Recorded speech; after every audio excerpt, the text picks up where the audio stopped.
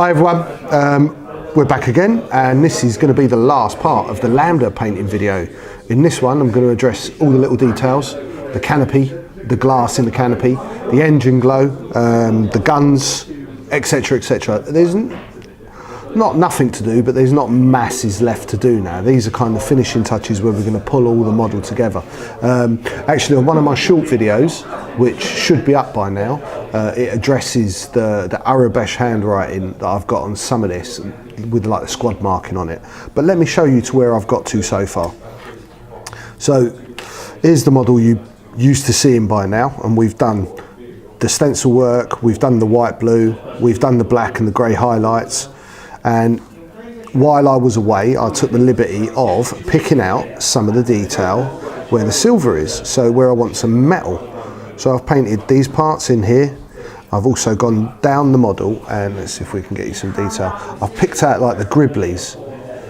So these little bits, a couple of little panel marks, a couple of little, I don't know what they are, but they're surface detail. There's a few little like nuts on the edge of this wing that I've picked out in. So I've used a mix of chainmail silver and steel. This vent that's under the wing hiding, there's a couple of vents here, a bit behind the canopy. The edge of the canopy itself, I've just picked out top and bottom with a bit of silver, and the guns themselves. There's a couple of bits underneath, but you kind of get the idea of what I've done. I've also put a known oil wash over those metal areas, not so much the little gribblies, but where like the venting and the more complicated stuff is. Certainly these bits that are on the joins, these kind of mechanical parts that raise the wings up and down, I've put a black wash on there. I'm going to do a second wash with a bit of, that was known oil by Citadel, and I'm going to do a second wash with an Agrax Earthshade to get that bit of rusty, dirty colour in there. I've base coated the cockpit glass in a, let's have a look at the name of this, gory red. This is game air colour. Now there's two ways of doing the canopies, and I'll come back to that in another video. I often do star fields, but the client who this piece is for, so far all his ships have had like a red glow in the canopies, very reminiscent of Kylo's ship. They're all to match. So this one we're going to do like a lit effect, not so much lighting, it's just like a glowy light to dark thing. It looks really cool against the black paint job. Is there anything else I've done on it? Let's have a look around it. No, that's it. So I've just taken liberty. If you've noticed, there's nothing done to the engines yet. We're going to get those completely with the airbrush. Just a controlled airbrushing through 2 or 3 different colours, and we'll build up, I'll show you on the original model, we'll build up this lovely, lovely engine glow you've got going on in the back here, all with the airbrush. So if I show you where I'm working on the metal areas, I've just got some Agrax Earthshade. I'm not thinning this. Now you can thin Agrax Earthshade with Lamian medium if you want to make it a thinner mix, and it will, when you're using it on big areas, it helps it to spread evenly and not pull. But we don't need to do this because we're working on tiny little areas, and I actually want the brown to show up in one hit rather than in 3 or 4 hits. So I'm only concentrating on these areas that will have taken mechanical wear, and it is even any point me putting this brown on. Because the gribblies I'm going to highlight with a lighter silver, so we're just getting in these gaps, putting a bit of that brown in, and we are going to highlight these parts as well in a bit. I said on one of my other videos that people don't give the metal areas enough love, and there's not a lot on this model, so it just gives you a little bit more detail, a little bit more pizzazz, which is what you want, right guys? So I'm going over the guns, getting in those recesses, getting that brown in, and then on these main guns, instead of doing them all, I'm just going to run my brown wash to the back edge. So I'm leaving that lighter silver at the front, because I'm going to end up highlighting that back up anyway, so there's no point. And you can kind of do a bit of your highlighting by just shading certain areas. So just where there's the difference in height between one part of the gun barrel and the next part, that's where I'll run that wash to, and then round the front part where you've got like the little muzzle. So I'm actually leaving that centre section unpainted with this ink wash. And again on the other gun, top and bottom. I do love making things look a little bit dirty and a little bit grimy and oily. I mean, these things have been used in war, they're flying around in space, they are military vehicles. I know this is a more stylized way of painting, but you can still add detail like that. There's something about that when you do something quite graphic, but you add a little bit of reality in a certain corner. So where else have we got some of this that needs a terracing? Little bit here that I've painted, just hiding under this wing, just behind the cockpit. And then there's these two vented areas. So this main one under the wing's probably the only bit I won't highlight. But these two that are just here are like little air vents, some sort of vent anyway. And I'll give these two parts a little bit along the bottom, just for a bit of dirt, a little bit of rusty brown at the bottom of the metal. So these things, I'm talking you through a lot of these things because it's going to be very hard for a camera ever to pick up the subtlety of this little bit of a brown glaze on the metal areas. Because it's cameras, and you only really get to see these things if you look at them like in your hand. So here's a tip: when you're using inks, don't try and artificially dry your inks with a hairdryer or with any kind of blown air, because it pushes the ink and it pulls it in the wrong places. This is one of the few processes I let dry naturally. So while I'm waiting for that to dry, instead of us sitting here and having a conversation about how dull my middle-aged life is, I'm going to move on, which is much more interesting. So let's get on to the canopy area. Like I said, I've used a gory red as a base coat. It's really deep red. And then I am going to go up to a bloody red. So in my palette, what I'm going to do is I'm going to put a bit of my gory red. I'm going to put some of my bloody red. And that's going to allow me to mix a little bit between the two. I'm also going to put here in a separate area a little pool of Liquitex. So that way I can just take thinning medium as I need it. So a little bit of Liquitex, a little bit of the lighter red, and a spot of the dark, maybe two spots of the dark, just a little bit. Now, because I'm using this really thin, I've mentioned this before about opacity, it's going to allow me to control the colour build. So let's get this off its base. God, these magnets are strong. So I want to leave the dark at the top, and I want to put the light from the bottom up. I also want to catch a couple of the corners. So let's get this into a position where I can actually get my brush on it. So at this point, I'm covering quite a large area. There's no need to be too super worried about you getting the paint on it. As we get lighter and lighter, we're going to be painting less and less of this. And because this is quite a wet, I can take some of the excess off my brush, and then I can feather up what's here. I'm just taking a bit off in my mouth, and I'm feathering up in both corners. So I'm washing that lighter red into that dark red, but because it's quite translucent, it's kind of shade, it's feathering that colour in. Again, bottom of this panel, just working up, but not going all the way to the top. And again here, same thing.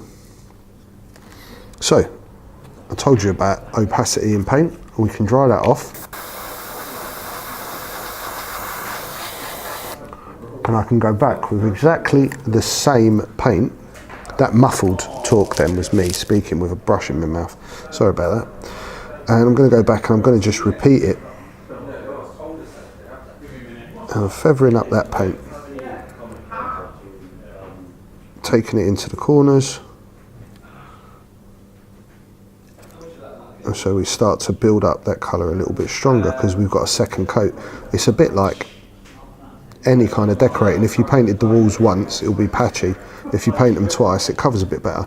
So we're starting to get, I don't know if the camera's going to pick that up, very much doubt it, we're starting to get a fade going on. So now I'm going to add a bit more of this red into the mix. And a touch more Liquitex. And exactly the same, but this time just a touch less.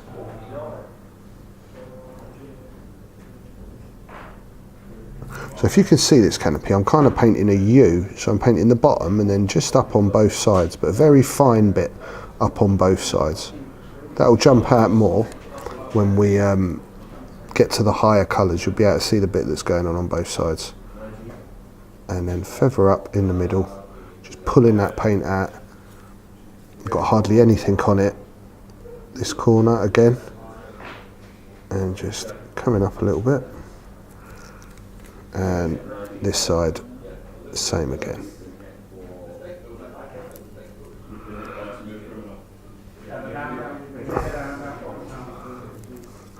So, you're starting to get a lovely warm red glow now on here. We've got 9 minutes, I think, John.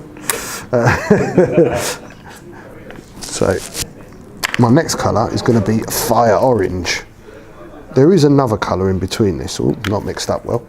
There's a hot orange as well, but I just feel that if you mix this in with the red, you're going to get the same effects. And just one less colour in my palette is all the better. So as you can see on this palette, this is really orange, but then I'm going to add a bit of this colour in with it, because I don't want to go mad straight away, and a little bit of Liquitex. But there's certainly a discernible colour difference. You can start to see that yellow in the orange coming through. So now exactly the same areas, but as we're getting lighter and lighter now we're going to start to be way more controlled.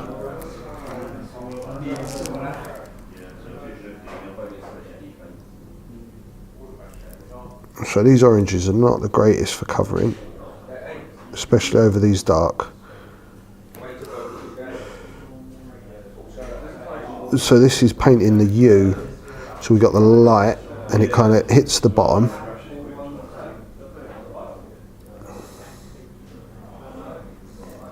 And it wraps, curves round against these pillars.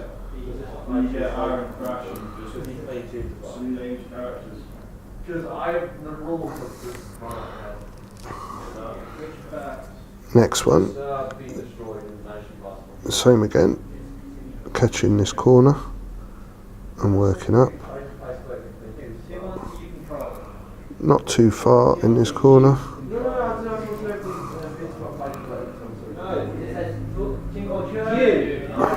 You control. Okay. On the field can't be destroyed. So, I don't know if you've noticed, but in the background we've got some rowdy children. They've just been let out from daycare, and they're here joining us today watching Rasta Maice while he's doing Rasta Maice painting. Not really, it's just some guys playing games and they don't know how to stick a sock in it, I'm afraid, ladies and gentlemen. In a minute I might have to go over there and introduce them to the power of 4 and my hammer of doom. We're starting to build up this lovely red glow now on it, with a nice darker red black right at the top. Now I'm going to go to this pure orange. Pure orange. So I don't want to go right into the bottom. I want to leave a touch of that black. I can always add that in afterwards. I'll show you in a minute. But yeah, now we're moving up to these orange colours. This is really kind of like less is more.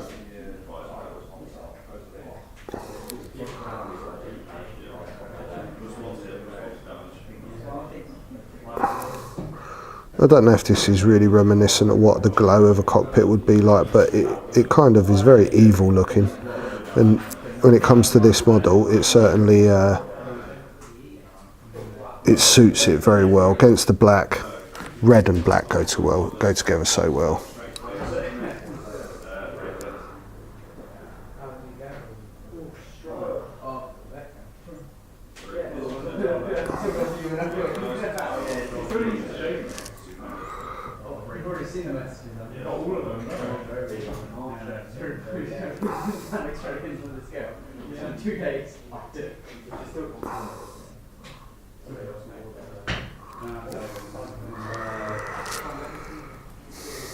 So just a little bit on these two corner parts.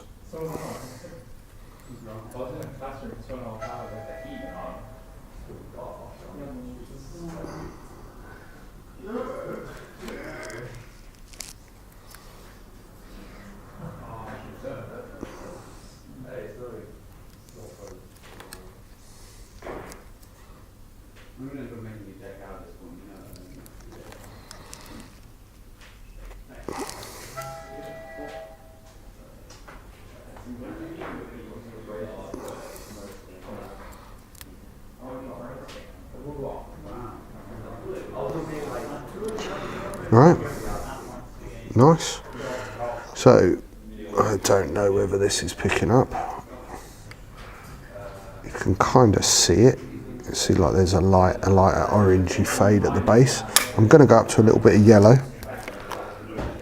for the final kind of highlights. That's really bright, really bright. I don't want pure yellow. I'm going to mix it in with some orange. But the opacity on this yellow is greater than that of the orange. The orange is quite see-through, the yellow is a little bit more stark, and it will really pop. So this is properly an edge highlight.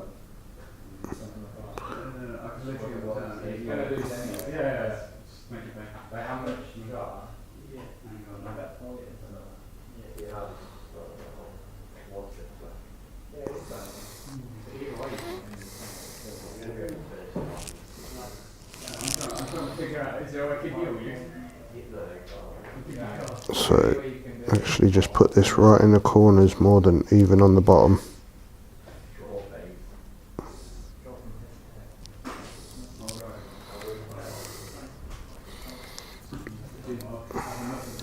And then again right in the corners of these two little side windows, just catching the edge just slightly. So it's kind of giving the feel of a light inside the canopy, the light of the dark side. Very evil and scary. Add a little bit more yellow to that on my brush. Just want to catch in these right in these actual corners.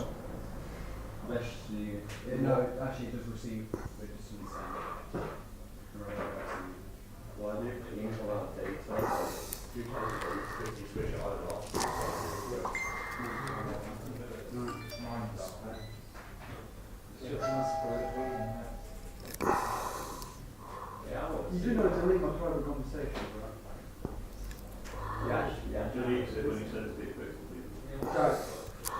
You won't need some as well, don't forget that.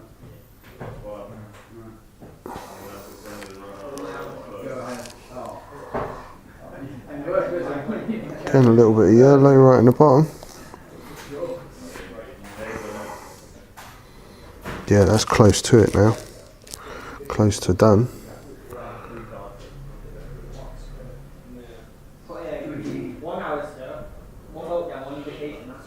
So right in that corner I've gone like almost to pure yellow.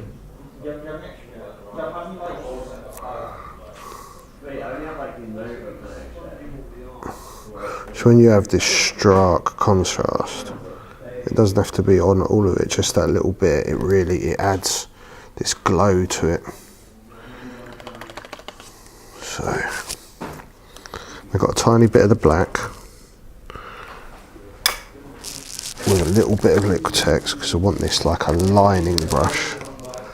I want this really thin. And then all I'm going to do is just run right against this silver and the bottom, just so that I know I've got a nice strong contrast edge. And there, and there, and here. So you've got the pure darkest just below the lightest, believe it or not. Now if you want to do the same at the top, you can put a little bit of black on the top. You can get some water on your brush and just pull out to, it's almost like a nothing paint. It's just a glaze, just putting in the darkest dark at the top and the darkest dark just below the light. And you end up with, let's try and dry that up. Alright, let's have a look. Take my glasses off. So we're going to struggle a little bit to see on this because of the way our lights are and the way our focus, but you can certainly see the yellow. I'm watching it on quite a bad screen, but you can certainly see the lighter colour at the bottom, and this fades up into a very dark red into black right at the top. And when this has got a coat of gloss varnish on it, it's going to look beautiful. It's going to pop, really, really pop. So while you've all been away, hopefully, while we've been doing that even, hopefully all of my glaze has dried. It hasn't quite dried. And I've missed a tiny little bit on this, which I need to add in. May have missed this whole side. Yeah, I think I did. I think I completely missed this whole side. I can go back and start highlighting some other bits while this is drying. It's no problem. Right, so moving on, metals. So I originally base coated them in a mix of chainmail silver and steel, all from the Game Air range. So the chainmail silver's quite dark, and the steel's really light. So I didn't want to base coat them with steel. I wanted an in between. Didn't want as dark as the chainmail. So that was my base coat. I've added the washes over the top, and now all I'm going to do is I'm going to take the pure steel, which is, I don't know, like a mithril silver if you're using Games Workshop, with a spot of Liquitex. If you notice, I always use Liquitex when I come to brush paint. Especially metal colours are quite thick normally when they come out of the pot.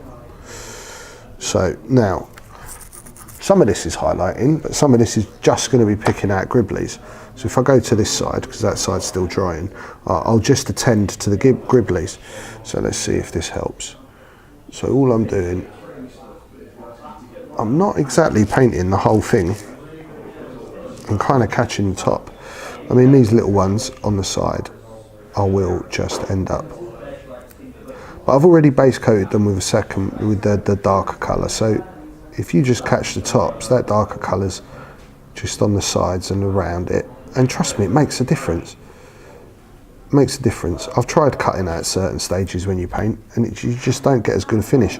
There's a little vent here, just above. I'm just going to catch the top edge of this vent with this steel. And just a little bit on the sides, but I've left some of that darker colour. I've left some of that darker colour at the bottom. Certainly you can see the brown, and it makes it look quite weathered. And I'm just going to crack on. There's a few more gribblies here. I just want to catch that, lift that out. This silver's a nice pop colour as well, especially against the really dark black areas. So these are painted with the dark silver. I'm probably painting 2/3 of these now and leaving a little bit of that dark silver at the bottom. A couple of little bits on here.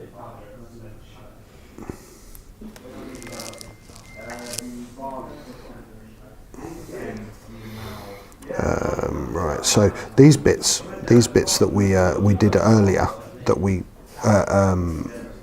ink washed over, I am going to get my brush in there and I'm just going to catch a little bit and give it a little highlight to lift that back out. And on these parts they're like a ratchet, so I'm just going to go over the raised parts. I'm not going to try and get in the recesses like I did originally, because that's now filled up with nice black and brown ink washes, so it looks a bit oily and greasy and mechanical the way it should do. But I do want to pick out these little teeth, so to speak, these cog tooths, just to lift out that model a little bit, just to lighten it up. You know, there's always the misconception that metals are just done once you've chucked an ink wash over them. They're really not. I mean, and you can paint with just inks where you don't have to go back, but again, this is quite a graphic style. We're looking for some nice contrast, just to make this thing really pop.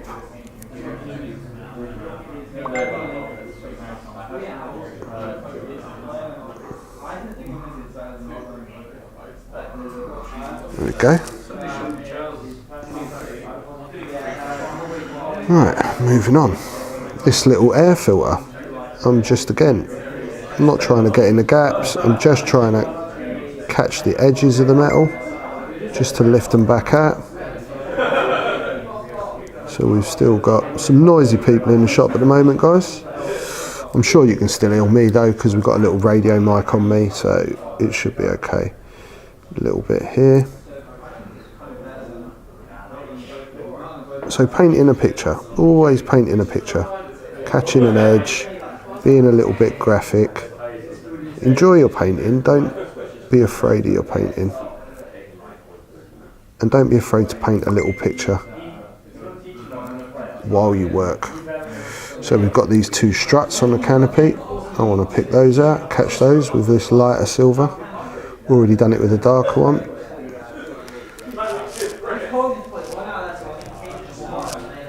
A little bit here on this front part. Don't need to do all of it, I'm just catching these two edges where the light had naturally hit that metal. Then same on the other side. Oh, actually got this wing to do, forgot all about this. Oh no, I've done those ones. This side now. So same again. Got two gribblies here. One just up there. And these rivets.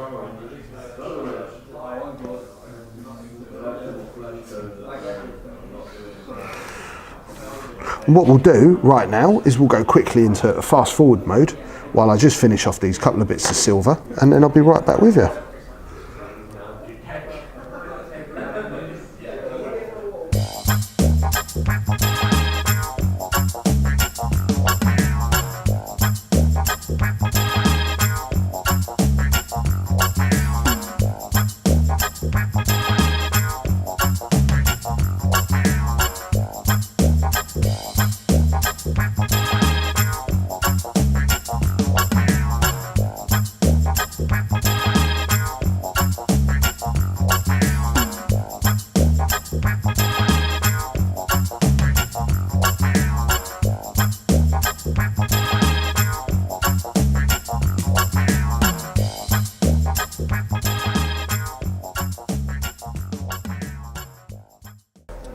Right, so I've still got a bit of silver left to do, but I just wanted to talk you through how I'm doing the gun areas. So not full steel straight away, I've just put a bit of that chainmail back in, and instead of just painting the whole area, I just want to pick out certain parts. So the centre of this main gun barrel, and I don't want a lot of paint on my brush for this, I'm just going to catch the centre, paint from the centre outwards both ways. Let me take off some of that excess. So you're not so much dry brushing, you're wet brushing, but you're controlling where that goes. A bit like a dry brush. Because what I want to do is leave dark both ends of this gun barrel. I'm going to turn that over. Same thing again. Just like that. And then it's actually got like this main housing for it. I'm just catching the edge of that and feathering that backwards slightly. So we're not trying to make this as light as the other bits of silver, because this is taking a bit more wear and tear, this area of the ship. That's the way I'm seeing it anyway. Let's go around and do the same on this side. So centre of the barrel, working outwards and inwards, but not right up to the recess, so we're leaving that dark brown and black in the recess. It's going to kind of look like heating and grime build up on these gun barrels, the way it should be. You know, they fire a lot, they get hot, they char up a bit, and then just the edge. I mean, if you've got this model in your hand, you'll understand the little bits I'm talking about. It's like a telescope, this gun barrel. It's got a big bit at the back, and it gets narrowly thinner till you get to the actual tip. So these two main guns at the front, I'm just going to catch the front. Just catch it like that, just to tidy up, because I don't want that ink wash all over all of it. I want a little bit of colour back on it, because it can obliterate your highlights.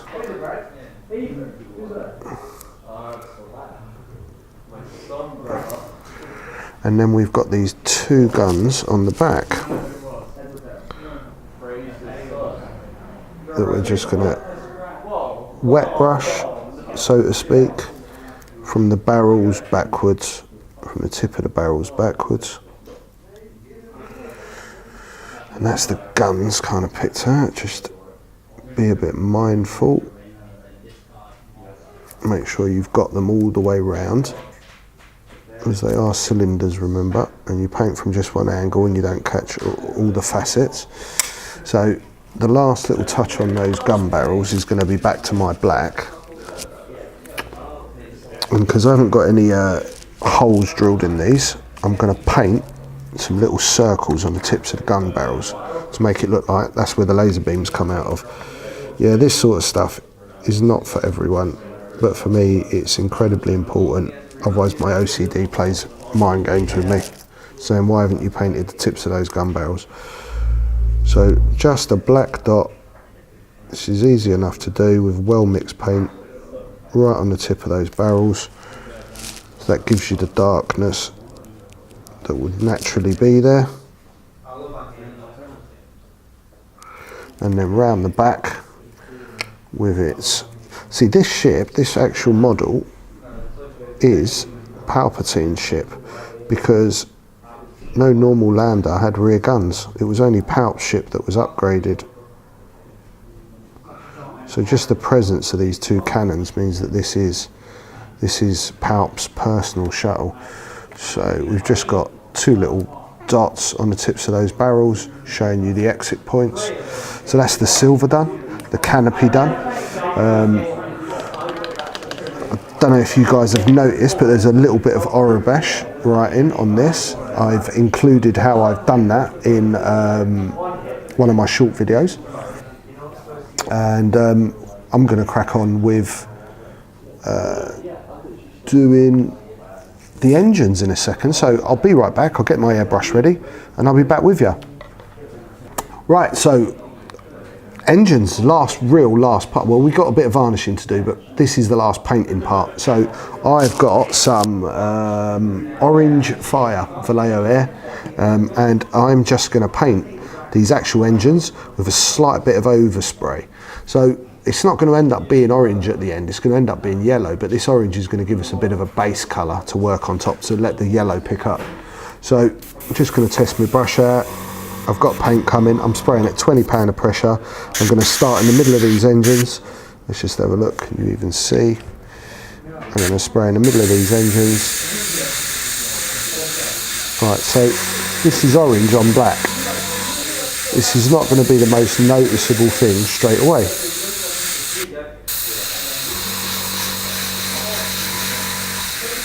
But with patience and a good few coats, we'll start to build up this lovely glow effect.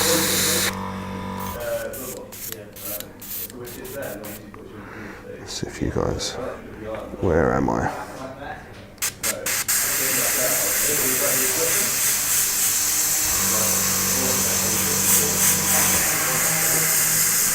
So it's okay to catch just the edge of the cowling around this engine and get nice and close. And if your airbrush is working well, there shouldn't be too much paint coming out, and it shouldn't make a mess of anything. Do excuse me if these are not always in shot, because sometimes working and showing you is not the easiest thing to do. But I'll keep popping back and showing you how it's going. So we're building and building. And I just actually come right the way across here.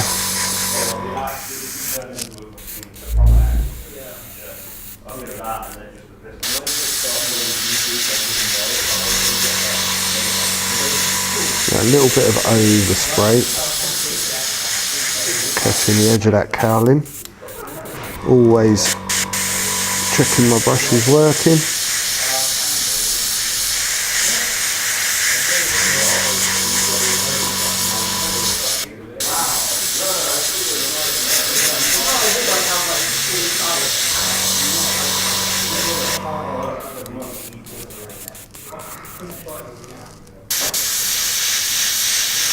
Around again.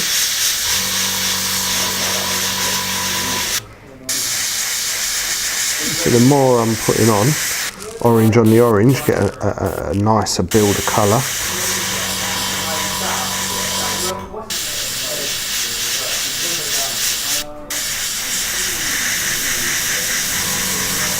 touching the edge of that armour, so we get that bit of the glow on the armour. So that's pretty much the orange done. I'm going to wash out and I'm going to step up to a yellow. Clean my brush. I'm going up to a moon yellow. This is a really bright yellow. It also seems really thick. I don't know why it's really thick. Let's have a look if it's going to spray. It is, which I'll crack on with it and we'll see how we go. I might need to add some thinner to this. So now we're trying to stay within the confines of these engines. It's okay with a little bit of overspray, but really we're trying to stay within it. And take your time out. Build up the colour.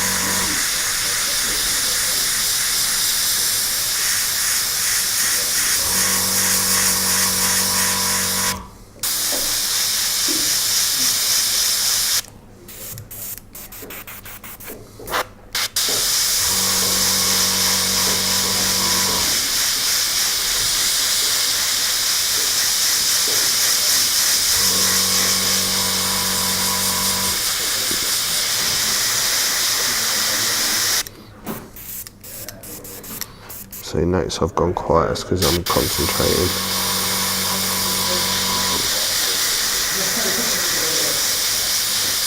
And always going back to the centre of that engine. You don't need to push right out to the corners with this. You just want to stay centralised. That's where the strongest colour is going to come from. And if you're holding your brush parallel to the model, the spray only comes from one way, so you can control the overspray. Because you do want a little bit of overspray, but not too much. When people blast the yellow all over the model, it looks terrible. The subtle overspray coming off where I'm working is the way the light would naturally bleed anyway. Always checking my brush.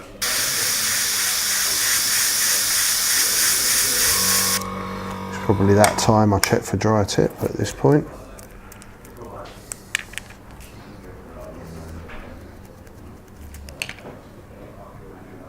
Very important dry tip that we get around it. Back in, so the opacity thing, so more coats, same colour, and you build up a stronger, brighter colour.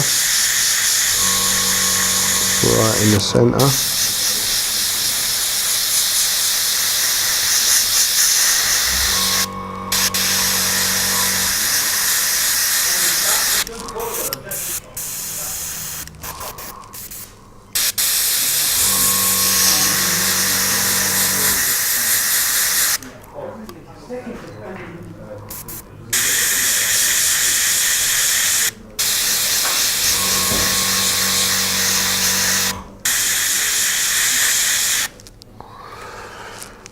So, do I want any more on that?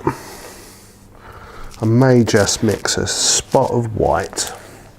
Let's grab me white in with this yellow in my actual cup, just for a tiny little bit in the centre. So mixed in the cup. So I haven't turned it white, I've just turned it really yellow, really bright yellow. And give this a spray through until we get this new mixed yellow out. There we go. So just in the centre of these engines.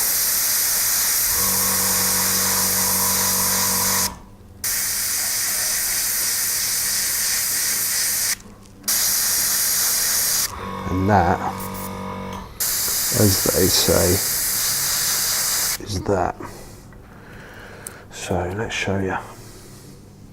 Let's put the lid on this. So we've got this beautiful, it really is beautiful. The camera is really not doing this any justice. It's got this beautiful warm orange glows around the edges, and then a stronger yellow to the centre of the engines. It's got just the right amount of overspray around the edges. You don't want too much. The engines are not chucking fire out. These are some sort of, I don't know, some sort of plasma, nuclear drive, whatever. But these are not spitting flames, so we don't need overlap. Don't need yellow dominating this area. We just want this faint orangey glow around the edge of the actual armour. We've got some nice colour coming out there. We've got some stronger colour in the centre of the engine, and that's just really lifted the whole back end of that model. There was no detail on it at all. There really isn't on the back of a Lambda. So all that's left to do is some varnishing. I was going to varnish, but I've forgotten to do something, so instead of lying to you, I thought I'd come back and tell you what to do next. I wanted to do a little bit of like chipping on the edge of some of the white blue panels, and this is done with a little trick using a bit of pluck foam from your Feldair cases. So I've literally taken a bit of this pluck foam, I've ripped it down into a jaggedy edge, and I'm holding it in my pair of tweezers. Instead of don't try and do this with a big old bit of sponge, because you're going to ruin it. I've got a little bit of very dark grey paint. So this is actually grey and black mixed together, because I forgot my dark grey today at home. And all I want to do is work on some of these white areas. I'm going to use a little bit of masking tape for this first part, show you how we can control this effect slightly. And then I'm just going to go around and do a couple more bits before I actually varnish it. It was a good job I didn't do this before. I've remembered, because you don't want to try and do this. So I've just masked this panel line up, because I want to try and catch this panel with this technique. So there's hardly any paint on this.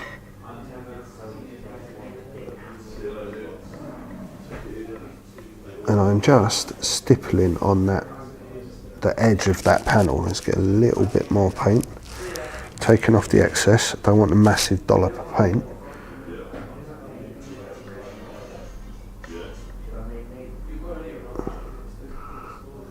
So just dabbing that edge. Now let's get that paint, let's get that tape off.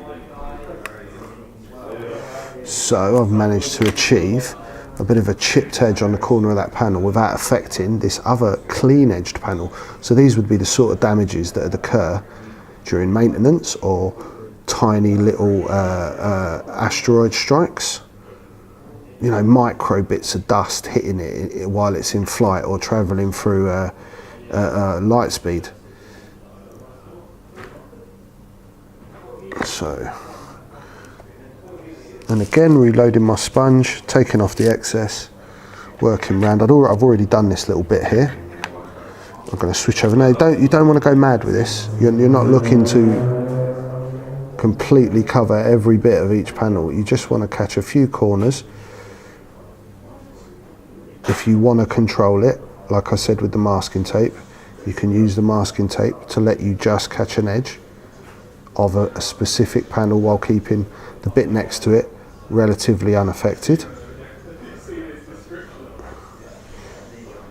Less is more in these cases. Less is more. You don't want to go mad. All you want to do is just, I don't know, add a little bit of realism to it, a little bit of interest. So I'm going to use my masking tape again. I'm going to need to use my tweezers because I want to catch this part at the front, but I don't want to go on to the next panel. Let's get my sponge back in here. So holding it in the tweezers makes it much more controlled. When you've got a great big old bit of sponge and you're trying to dab it on, you've got such big areas you're using, whereas with the tweezers I've got right control as to where I'm actually stippling.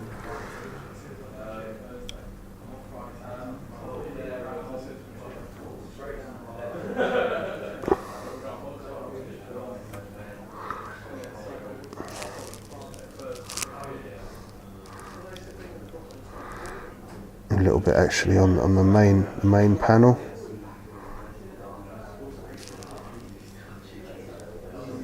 So corners are where you want to catch this stuff mainly, right on the edge of a panel. I may have moved out of shot then, put that off.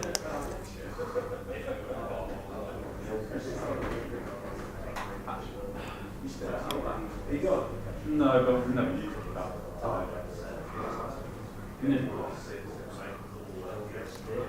So a little refill of my paint, a little dab off.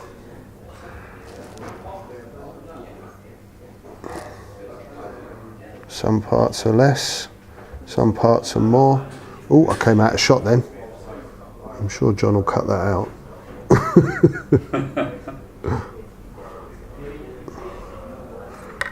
I do forget sometimes that I'm being filmed. So that'll do. That's all I wanted to do, was to just catch a few bits. We're going to chuck a picture of this up at the end and you'll get to see some of this detail that you can't really see at the moment.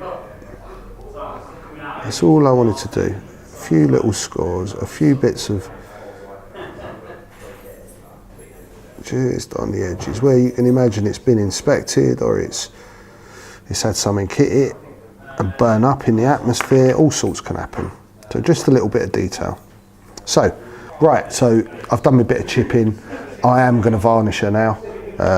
If I can find my varnish, there we go. So matte varnish, it's Vallejo. It's not game there. It's just called matte varnish. It's acrylic. I don't like using rattle can varnishes. The only thing I use a rattle can varnish for is my dials, because I have to have a special type of lacquer and a special type of primer for the dials. This is not the same, especially when you're varnishing black. Let me make one big warning when it comes to varnishes. Do not use a rattle can on black, because if you do not have the correct atmospheric conditions, or there is a slight imbalance between the propellant and the actual paint mix in the can, you will get something called blooming, and that means that your black will turn to grey or to like a milky white. It's horrible and it's ruined, and you have to start from scratch to fix the whole model.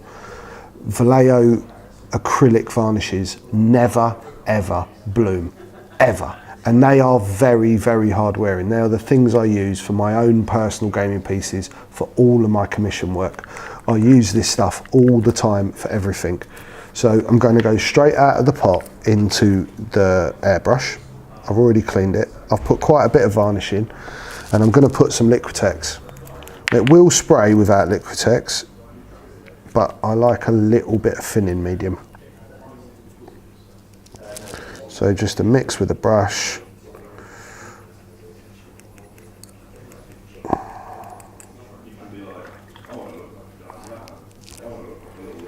Old man glasses. Suits me, right? Okay. So let's check we got. There we go. And now I'm going to start underneath. Now you don't want to be holding where you varnish, so I'm going to hold the wing here and I'm going to spray all this underneath, and when I've done all the underneath I'm going to put it on the stand, then varnish the rest of it. Finger marks will ruin this, glove marks will ruin this. Alright, now this is quite a big flow of paint. This is not like airbrushing corners, so you do not want to stay around in the same spot for too long. You want to move. So this does not smell like your rattle can varnishes. This is lovely, the smell of this. My wife hates rattle can varnishes, but she loves the smell of this. So doing this inside is absolutely fine. We've gone dead on the screen there, John. Oh, Is that going to affect us? Yeah, no, I think we're still recording. Are we still recording, mate? Yeah. Right, so I'm just going to carry on.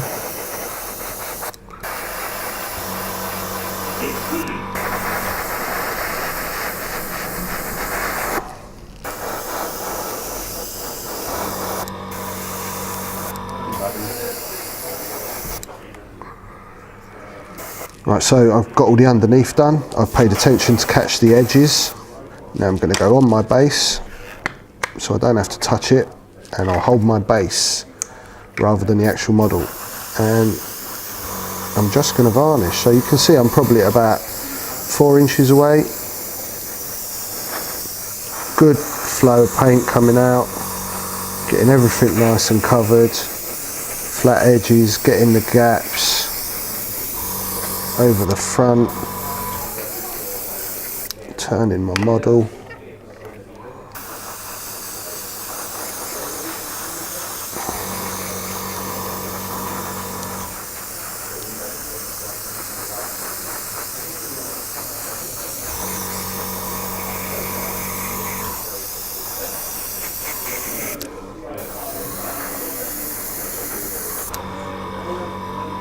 Right, so that's the first coat on.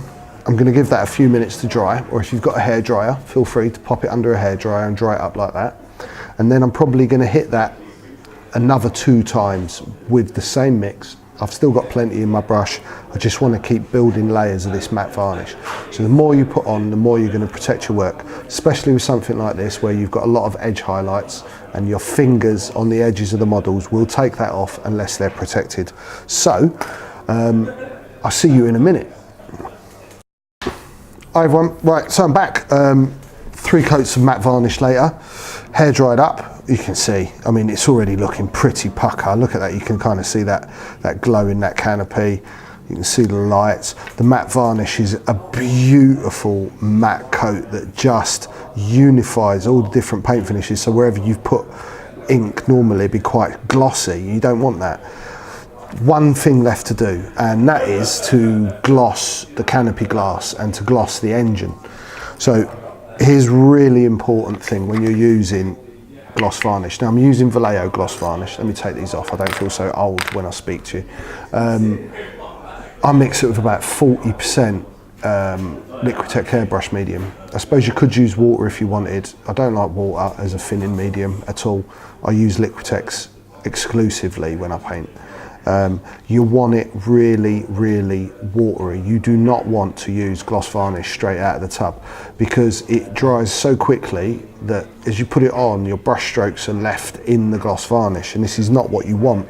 You want to be able to almost feel where you're painting with varnish and it dry in its own natural state. So in this little mixing cup, I've got some gloss varnish which I've mixed up, and I've got a fairly large brush. But this brush does paint to a nice little point, and all I'm going to do is work this varnish into this canopy area, but with quite a bit on my brush. So I'm using the edges of this canopy to hold this gloss varnish in. I want enough on there at once to get this whole area before it even thinks about drying. So when you do it like this, what happens is it naturally levels itself, and when it's dry you get this beautiful, what looks like actual glass, not a lot of brush strokes showing up. So being careful not to touch that. I'm going to move around to the back. Now all I want to do is catch these engine areas. I don't want to go over onto the paintwork, onto the black. I just want to catch these engines. That bit of gloss on there, when it's dry, is going to add something to that, something else. So a quick wash out. And then I'm going to bring in my magic hairdryer and gently dry this up.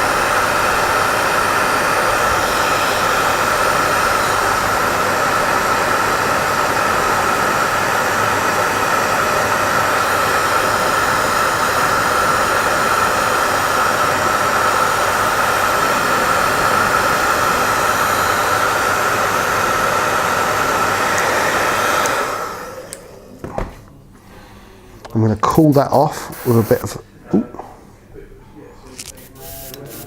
still had a bit of water left in there. I'm going to cool this off. I have a fine mist. I was going to say with some cold air, but I can do that with my hairdryer. With my cold air button.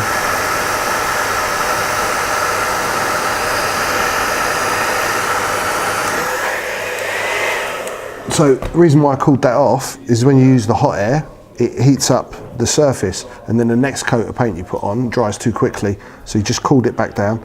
Second coat of the gloss varnish, same areas. Decent sized brush. Trying to catch it in one nice go. And then again in the canopy. So like I said, in the canopy you're putting it in, so you're using the edge of this canopy to hold, it's almost like you're pouring it in. And then both these edges.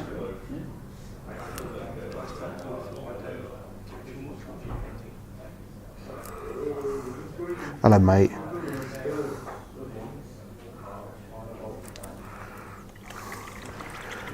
And that, everyone, is it. I mean, we've got to let this varnish dry off a little bit. I'll maybe come back and do a third coat, but that's pretty much it for the Lambda video. So we've had 3 videos doing this. This was quite a complicated paint job. This was not, we weren't going for reality here. We're going for something really stylized. There's a good few techniques within this series of videos. There's 3 in total. There's a couple of the techniques that I've addressed in my shorter videos, but refer to this. You can take any of these techniques and use them on a lot of your other models. So a lot of the white blue techniques I'll use on Rebel stuff, and it's the same with the edge highlighting. There will be other things we will be doing in future episodes with the airbrush that are not this sort of graphic style. There will be pre-shading, different types of weathering techniques, the way more complicated, realistic type stuff, but this is much more subtle effects. This though is going to pop on the table. There's plenty of pictures on my painting page of similar ships. In fact, there's one up of the original one of these that I did for myself. So if you go and have a look, zoom in on the pictures are great quality. You can see right up close a little bit more to help you understand what I'm trying to get you to get at. What we'll do at the end of this video as well, we're going to take some pictures on the SLR of this model, and we're going to let you have a look at it a little bit more closely, because I know we struggle with you seeing exactly what I'm talking about on the overhead cameras. But on the SLR, we'll do a few 360 shots, and we'll pick out some of the areas of detail in nice crisp high resolution at the end of this, and you get to see it. So I hope you've enjoyed it. So one love everyone, catch you soon.